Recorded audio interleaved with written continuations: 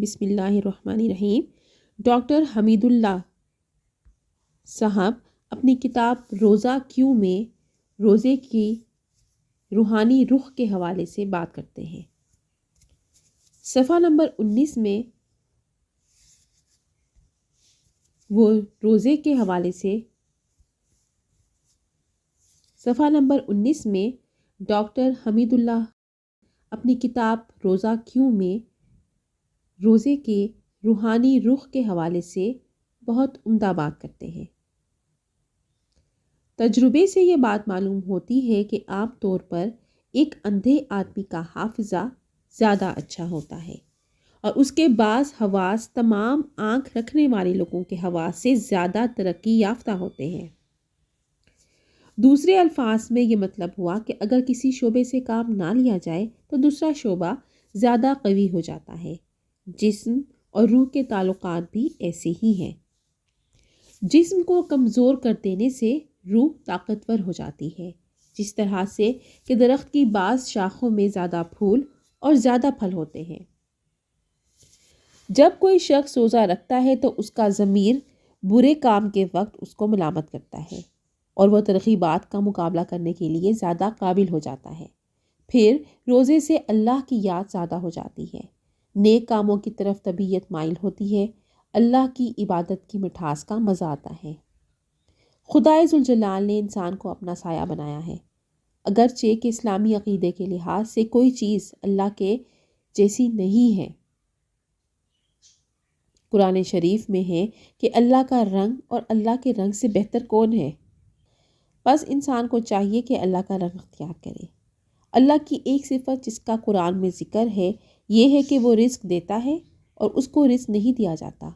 جب کوئی شخص روزہ رکھتا ہے تو اس میں یہ خدائی صفت کا عکس نظر آتا ہے۔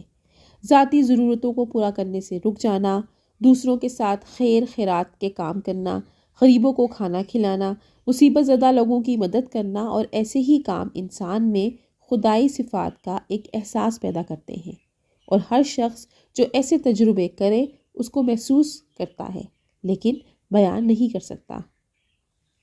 پھر انسان میں کمزوریاں بھی ہیں اور بعض وقت گناہ کے کام بھی کر بیٹھتا ہے، لیکن بعد میں اپنے ضمیر کی ملامت سے وہ توبہ کرتا ہے۔ تمام گناہوں کی سزا مقرر ہے، خواہ وہ گناہ جسم کے ہوں یا روح کے۔ یہ بات بھی تجربہ سے ثابت ہے کہ جب گناہ گار اپنے آپ کو بطور کفارہ تکلیف پہنچاتا ہے تو اس کو ایک قسم کی تسلی اس کے توبے کے لحاظ سے ہوتی ہے، اور پھر حد الامکان اپنی گناہ کی تلافی بھی کرتا ہے۔ اپنی زندگی کی بقا کی اصل چیز کھانے اور پینے کو چھوڑ دینے سے بڑھ کر اور کیا تکلیف ہو سکتی ہے؟ حیوانیت کی زیادتی اور حیوانیت سے متعلقہ چیزوں کی جڑ کھانے پینے اور جنسی لذتوں میں ہے، اس لیے روزہ حیوانیت کی زیادتی کو روکنے میں شاندار حصہ لیتا ہے۔ جو کام خوب کھانے سے نہیں ہوتا وہ روزے سے ہوتا ہے۔ بس حیوانیت پر غالب آنے کا طریقہ یہ ہے کہ جن اسباب سے حیوانیت میں اضافہ ہوتا ہے ان اسباب پر قابو حاصل کیا جائے اور حیوانیت کو بڑھنے نہ دیا جائے۔ جو لوگ یہ چاہتے ہیں کہ انسان میں ملکوتی صفات یعنی فرشتوں جیسی صفات پیدا ہوں تو وہ تمام اس بات پر متفق ہیں کہ کھانے پینے وغیرہ میں کمی کی جائے۔ اس نسخے سے کسی کو اختلاف نہیں ہے، اگرچہ کہ ان کے مذہبوں میں اختلاف ہو اور ان کے ملکوں کے درمیان کتنا ہی فاصلہ کیوں نہ ہو۔ مزید برآں اصل مقصد یہ ہے کہ انسان میں جو حیوانیت ہے وہ انسان کی ملکوتی صفت کی تابع اور ماتحت ہو جائے، تاکہ ملکوتی صفت کے مشورے اور حکم کے باموجب عمل کرے اور اس کے رنگ میں رنگ جائے۔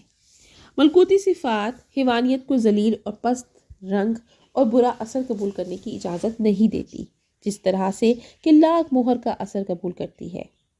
لاکھ گرم ہو کر پگھل جائے اور اس پر مہر کی جائے تو مہر میں جو الفاظ کھدے ہوئے ہوتے ہیں وہی لاکھ پر نقش ہو جاتے ہیں۔ یہ مقصد حاصل کرنے کے لیے روزے کے علاوہ اور کوئی طریقہ نہیں ہے۔ انسان کی ملکوتی صفت کو اپنی طبیعت کے موافق کوئی ایک اچھی چیز کا انتخاب کرنا پڑتا ہے۔ روزے کی خوبیاں بہت ساری ہیں اور نبی اکرم صلی اللہ علیہ وآلہ وسلم کی بہت سی حدیثیں بھی اس کا اظہار کرتی ہیں۔ یہاں ان کی تفصیلات میں جانے کی ضرورت نہیں، صرف اس قدر ذکر کرنا کافی ہے کہ روزہ کا کم از کم اور سب سے زیادہ ادنا درجہ یہ ہے کہ کھانے پینے اور شہوانی خواہشوں سے رک جائیں، صبح صادق سے غروب آفتاب تک۔ اس سے زیادہ اعلیٰ اور بلند درجے کا روزہ یہ ہے کہ تمام شہوانی اور برے قسم کے کام اور خیالات سے رک جائے۔